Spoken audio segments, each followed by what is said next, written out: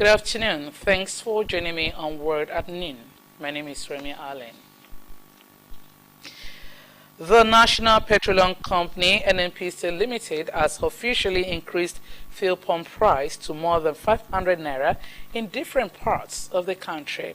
NNPC station pegged fuel price at 500 naira in Akure, 488 naira in Lagos, and 537 naira per litre in Abuja. NNPC spokesman Garibaddin Muhammad, in a statement, said the increase in price was an adjustment to current market realities, indicating petrol subsidy removal. He, however, assured Nigerians of NNPC's commitment to ensuring a ceaseless supply of products. In the meantime, the Nigeria Labour Congress NLC has fumed over the adjustment of pump price by the Nigerian National Petroleum Company. Describing the development as unfortunate, NLC President Joe Ajaero said NNPC's action was coming on the heels of an ongoing meeting with stakeholders in the oil and gas sector to manage the unilateral but unfortunate announcement by the President. Ajaero called on the federal government to immediately instruct NNPC to withdraw the pricing template to allow free flow of discussions by the parties. He added the Nigerians would not accept any manipulations of any kind from any of the parties, especially from the representatives of the government. A fellow of the Nigeria Academy of Science has thrown his weight behind a proposed bill at the National Assembly seeking to mandate any Nigeria-trained medical or dental practitioner to practice in Nigeria for a minimum of 5 years before being granted a full license by the council to practice abroad. Professor Adeshegun Fatusi, the Vice Chancellor of University of Medical Sciences, UNIMED Onto, who spoke with Osrc, affirmed that the bill is for the benefit of all. Omoshilola Adesoye Ajayi now reports.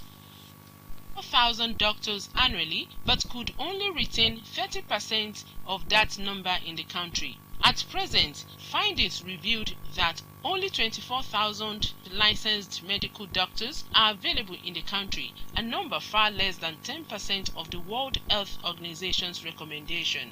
And in a bid to stop the trend, the House of Representatives has proposed a bill for a law to mandate any Nigeria-trained medical or dental practitioner to practice in the country for a minimum of 5 years before being granted a full license by the council to practice abroad.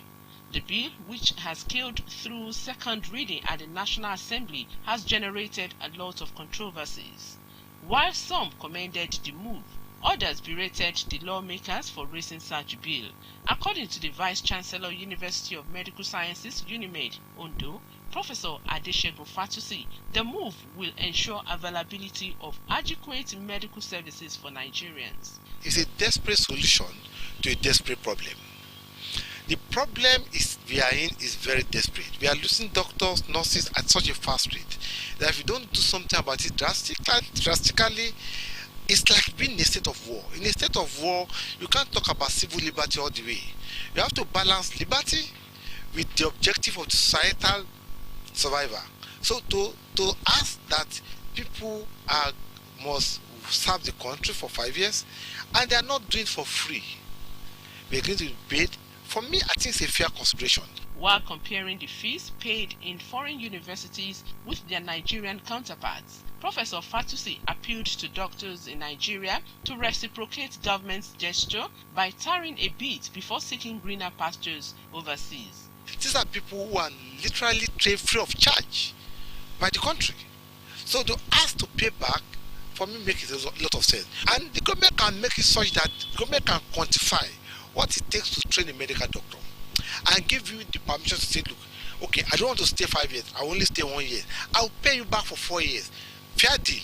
But I think that to fold our hands, what is happening is to be irresponsible. On the status of UNIMED, the VC said the tertiary institution has gone beyond ordinary university, but now a signature of all eyes, with the introduction of new courses to raise the bar of the institution among their peers. There is no Nigerian university with a BSc program today in speech therapy. But we are glad that Unimed is bringing that one. It's one of the 7 new courses we are bringing on. In our postgraduate program, we are also beginning to bring on this year a PhD program for doctors in the area of clinical sciences.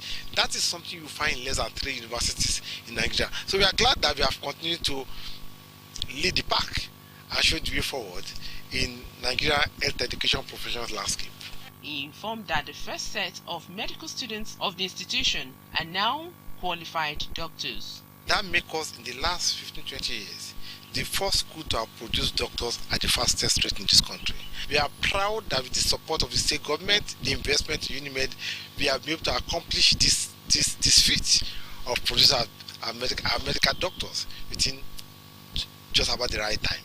The Dawn, however, thanks all stakeholders to support the new administration in the country to succeed in its vision for education and health sectors. Omoshiliola Adesoye Ajayi, Osrc News. Human rights lawyer Femi Falana has filed a lawsuit against the federal government for alleged discriminatory, unfair and illegal treatment of members of the Academic Staff Union of Universities, ASU. Joined in the suit as defendants are Minister of Labour and Employment, Attorney General of the Federation, and Accountant General of the Federation. In the suit, Falana is asking the courts to determine whether having paid the salaries of members of National Association of Resident Doctors and lecturers in medical facilities during the period of their industrial actions, members of ASU are not entitled to theirs from February to October 2022. No date has been fixed for hearing of the suit.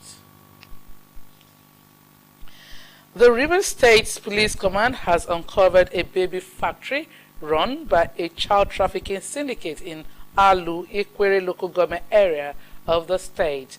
The command rescued 6 pregnant women from the baby-making factory. The pregnant women were arrested alongside the operator of the child trafficking center, Akudo Azoro, who confessed to running the illegal business.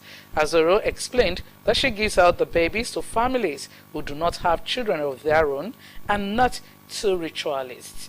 Some of the pregnant women confessed that they went to the fact they intend to give out the children after birth because they do not have the financial capacity to cater for the children after birth. Borno State Government will later this year commence afternoon primary and secondary school education system. This is to address the problems of congestion and increased enrollment of out-of-school children. Governor Babagana Zulum, who announced this in Maiduguri, said his administration has built dozens of new mega-sized schools and expanded existing ones, but it is still faced with issues of congested classrooms with thousands of out-of-school children.